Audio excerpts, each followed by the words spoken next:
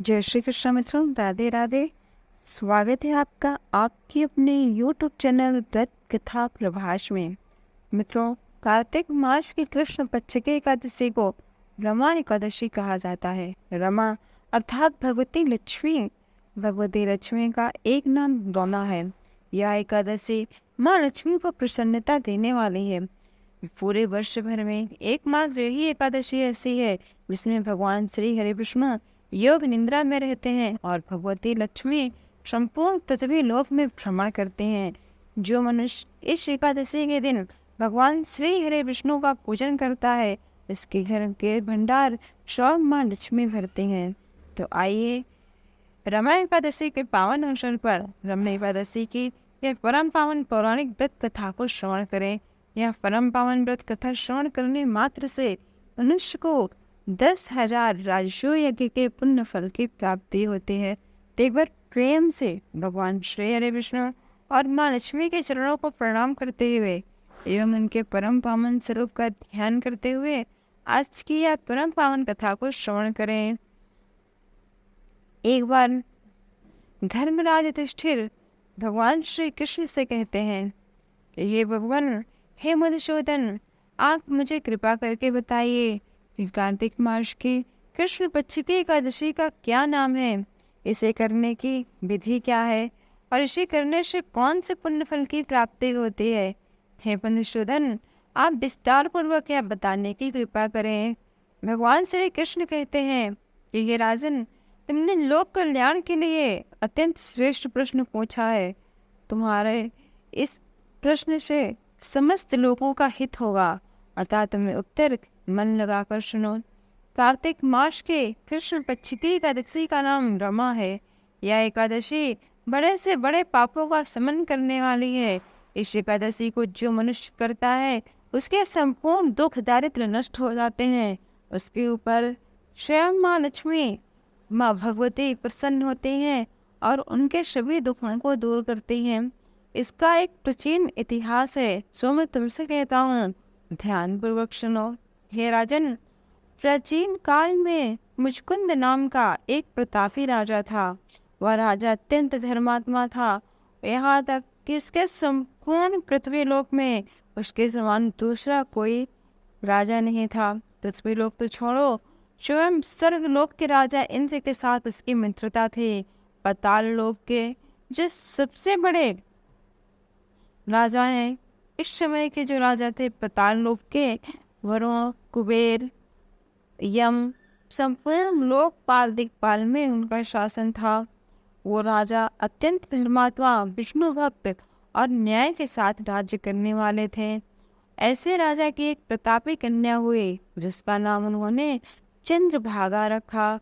जब कन्या का विवाह करने योग्य हुई तब राजा ने कन्या का विवाह राजा चंद्रसेन के पुत्र शोभन के साथ कर दिया। कुछ समय बीतने पर एक समय शोभन अपने ससुराल आया था। उन्हीं दिनों जल्दी पुण्यदायिनी एकादशी यानी कार्तिक मास की कृष्ण पक्ष की एकादशी रमा एकादशी भी आने वाली थी।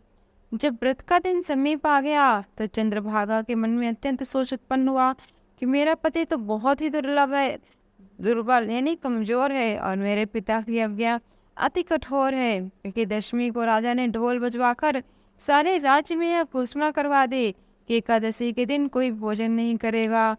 इस प्रकार के नगाड़े सुनकर शोभन को अत्यंत चिंता हुई और वह अपनी पत्नी से कहा कि ये प्रिय, अब क्या करना चाहिए, मैं किसी प्रकार भी भूख सहन नहीं कर सकूंगा। ऐसा उपाय बतलाओ कि जिससे मेरे प्राण बच सके, अन्यथा मेरे प्राण तो अवश्य ही चले जाएंगे। चंद्रभागा कहने लगी कि हे स्वामी, मेरे पिता के राज्य में एकादशी के दिन कोई भी भोजन नहीं करता। हाथी, घोड़ा, ऊंट, भिंडी, गौ आदि भी तृण अन्न जल आदि ग्रहण नहीं करते। फिर मनुष्यों का तो कहना ही क्या है। यदि आप भोजन करना चाहते हैं तो किसी अन्य स्थान पर चले जाइए, क्योंकि यदि आप यहीं रहना चाहते हैं तो आपको अवश्य ही व्रत करना पड़ेगा। ऐसा सुनकर शोभन कहने लगा, हे प्रिय, मैं क्षत्रिय हूँ और मैं व्रत भी करूँगा। अब जो होगा वो देखा जाएगा। ऐसा विचार कर शोभन ने व्रत रख लिया और वह भूख प्यास से अत्यंत पीड़ित हो गया। और जब सूर्यनारायण अस्त हो रहे थे तब उसी समय उसके शरीर में अत्यंत पीड़ा हुई और वह बेहोश हो गया। जब रात्रि को जागरण का समय आया जो वैष्णवों को अत्यंत हर्ष देने वाला था, परंतु वह शोभन के लिए अत्यंत ही दुखदायी हुआ। मारे भूख प्यास के शोभन का प्रातः काल होते ही प्राण निकल गए। तब राजा ने सुगंधित काष्ठ से उसका दाह संस्कार करवाया, परंतु चंद्रभागा ने अपने पिता की आज्ञा से अपने शरीर को दग्ध नहीं किया और शोभन की अंत्येष्टि क्रिया के बाद अपने पिता के ही घर में रहने लगे। रमा एकादशी के प्रभाव से शोभन को मंदराचल पर्वत पर धन्य धान्य से युक्त तथा शत्रुओं से रहित एक सुंदर देवपुर प्राप्त हुआ। वह अत्यंत सुंदर रत्न और वैदुर मणि जटित स्वर्ण के खंभों पर निर्मित अनेक प्रकार की स्फटिक मणियों से सुशोभित भवन में बहुमूल्य वस्त्राभूषणों तथा छत्र और चमर से विभूषित गंधर्व और अप्सराओं से युक्त सिंहासन पर आरूढ़ ऐसा शोभायमान हो रहा था जैसा कोई दूसरा इंद्र हो। एक समय मुचकुंद के नगर में रहने वाला एक सोम शर्मा नामक ब्राह्मण तीर्थ यात्रा करता हुआ इधर उधर घूमता हुआ जा निकला और उसने शोभन को पहचान कर कहा कि अरे, यह तो राजा का जमाई शोभन है। उसके निकट गया। शोभन भी उसे पहचान कर अपने आसन से उठकर उसके पास आया और प्रणाम करके कुशल प्रश्न किया।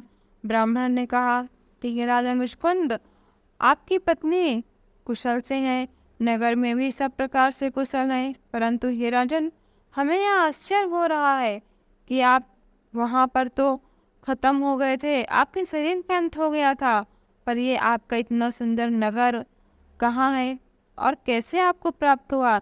इतना सुंदर नगर तो आज तक कोई भी कभी भी न देखा होगा और न सुना होगा। ये आपको कैसे मिला, ये कृपा करके बताइए। तब शोभन बोला कि हे ब्राह्मण श्रेष्ठ, यह सब मुझे कार्तिक मास की कृष्ण पक्ष की रमा एकादशी का व्रत करने से प्राप्त हुआ है, परंतु यह अस्थिर है। यह स्थिर तभी हो सकता है जब आप मेरा एक उपाय कर दें। ब्राह्मण कहने लगे कि ये राजन, यह इतना सुंदर राज्य स्थिर क्यों नहीं है और यह स्थिर कैसे होगा? आप बताइए, मैं अवश्य यह उपाय करूँगा जिससे आपका राज्य स्थिर हो जाए। मेरे इस वचन को आप मिथ्या न समझें। उनके शोभन ने इस प्रकार उस ब्राह्मण की बात ही सुनकर कहा कि हे ब्राह्मण देव, आप अवश्य ही मेरा कार्य करेंगे क्योंकि आप स्वभाव से ही परोपकारी हैं। हे ब्राह्मण देव, मैं आपसे सच सच कह रहा हूँ कि मैंने एकादशी का व्रत जो किया था वह श्रद्धा रहित होकर किया है, अतः यह सब कुछ अस्थिर है। यदि आप मुचकुंद की कन्या चंद्रभागा को यह सब वृत्तांत कहें तो यह स्थिर हो सकता है। ऐसा सुनकर उस श्रेष्ठ ब्राह्मण ने अपने नगर को लौट आए और चंद्रभागा से सारा वृत्तांत कहीं सुनाया। ब्राह्मण के वचनों को सुनकर चंद्रभागा बड़ी ही प्रसन्नता से ब्राह्मण से कहने लगे कि हे ब्राह्मण देव, ये सब बातें आपने प्रत्यक्ष देखी है या स्वप्न की बातें मुझे सुना रहे हैं? ब्राह्मण कहने लगा कि हे पुत्री, मैंने महावन में तुम्हारे पति को प्रत्यक्ष देखा है। साथ ही किसी से विजय न हो ऐसे देवताओं के नगर के समान उनका नगर भी देखा है। उन्होंने यह भी मुझसे कहा है कि यह स्थिर नहीं है, जिस प्रकार वह स्थिर रखे सो रहे, वो उपाय करना चाहिए। चंद्रभागा कहने लगे कि हे विप्र, आप मुझे वहां ले चलो, मुझे अपने पति देव के दर्शन की अत्यंत लालसा है। मैं अपने किए हुए पुण्य से उस नगर को स्थिर बना दूंगी। आप ऐसा कार्य कीजिए जिससे उनका और हमारा संयोग हो, क्योंकि वियोगी को मिला देना महान पुण्य है। सोम शर्मा यह बात सुनकर चंद्रभागा को लेकर मंदराचल पर्वत के समीप वामदेव ऋषि के आश्रम पर गया। वामदेव जी ने सारी बातें सुनकर वेद मंत्रों के उच्चारण से चंद्रभागा का अभिषेक कर दिया। तब ऋषि के मंत्र के प्रभाव और एकादशी के व्रत से चंद्रभागा का शरीर दिव्य हुआ और वह दिव्य गति को प्राप्त हुई। इसके बाद बड़े ही प्रसन्नता के साथ अपने पति के निकट गई। अपनी प्रिय पत्नी को आते देखकर शोभन अति प्रसन्न हुआ और उसे बुलाकर अपनी बाईं तरफ बिठा लिया। चंद्रभागा कहने लगी कि हे प्राणनाथ, आप मेरे पुण्य को ग्रहण कीजिए। अपने पिता के घर में जब मैं 8 वर्ष की थी तब से विधि पूर्वक एकादशी के व्रत को श्रद्धा पूर्वक करती आ रही हूँ। इस पुण्य के प्रताप से आपका यह नगर स्थिर हो जाएगा तथा समस्त कर्मों से युक्त होकर प्रलय के अंत तक रहेगा। इस प्रकार चंद्रभागा ने दिव्य आभूषणों और वस्त्रों से सज्जित होकर अपने पति के साथ आनंद पूर्वक बिहार फिरने लगे। एक बार प्रेम से बोलिए रमा एकादशी की जय। हे राजन, या मैंने रमा एकादशी का महात्म कहा है। जो मनुष्य इस प्रकार इस व्रत को करते हैं उनके ब्रह्म हत्या आदि समस्त पाप नष्ट हो जाते हैं।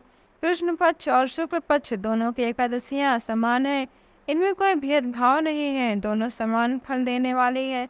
जो मनुष्य इस महात्म्य को श्रद्धा पूर्वक पढ़ते अथवा सुनते हैं वो समस्त पापों से छोड़कर विष्णु लोक को प्राप्त होते हैं। तो एक बार प्रेम से बोलिए भगवान श्री हरि विष्णु की जय, एकादशी मैया की जय। मित्रों, यदि ये कथा आपको अच्छी लगी हो तो वीडियो को लाइक और चैनल को सब्सक्राइब करें और ऐसी